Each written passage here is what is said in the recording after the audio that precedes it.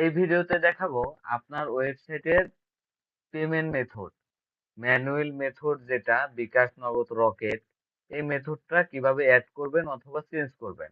এর জন্য আপনি সেটিংসে আসবেন, এরপরে পেমেন্ট মেথড এখানে আসবেন। এখানে এসে এই যে বিকাশ, নগদ, ম্যানুয়াল, আপনার যদি ম্যানুয়াল থাকে তাহলে এটা কাজ করতে হবে। আর যদি অটো গেটওয়ে থাকে তাহলে তার জন্য ভিন্ন। আর অটো গেটওয়ে যখন আপনার সেটিং করা হবে তখন আমাদের কোম্পানির পক্ষ থেকে সবকিছু অ্যাড করে দেয়া হবে। তো আপনার ম্যানুয়াল গেটওয়ে শুরুতে যখন সাইট নেবেন ম্যানুয়াল গেটওয়ে থাকবে। ম্যানুয়াল গেটওয়েতে কিভাবে বিকাশ, নগদ অ্যাড করবেন এটা আমি দেখিয়ে দিচ্ছি। তো এই বাটনটায় যে অন আছে, যদি অফ থাকে তাহলে অন করে দিবেন। এরপরে ইডিটে চাপ দিবেন। দিলে এখানে নিচের দিকে আসবেন,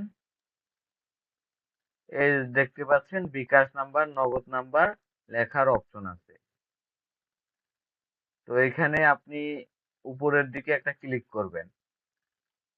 এরপরে কম্পিউটার হইলে নিচের দিকে টেনে টেনে আসবেন।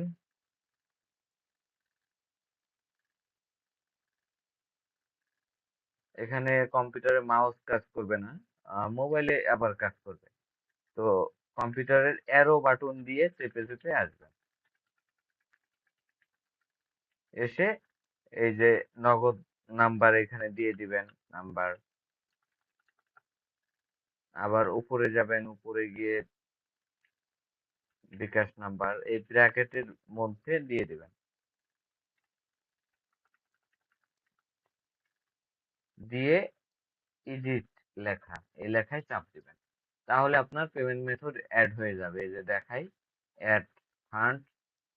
অ্যাড ফান্ডে গেলে এই যে দেখতে পাচ্ছেন বিকাশ নাম্বার এটা, নগদ নাম্বার এটা, এবং এই নাম্বারে টাকা পাঠিয়ে সাবমিট করবেন, ইউজার নেম দিবেন, সব লেখা আছে এখানে। তো এইভাবে আপনারা ম্যানুয়াল গেটওয়ে বিকাশ, নগদ নাম্বার অ্যাড করবেন।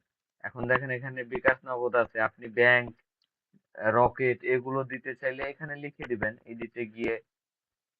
এখানে এই যে আহ, আমি দেখাই নগদ আছে, এরপরে আপনি রকেট লিখে দিবেন, রকেট নাম্বার, ব্যাংক অ্যাকাউন্ট, আপনি যা যা লিখে দিবেন এখানে এগুলো শো করবে।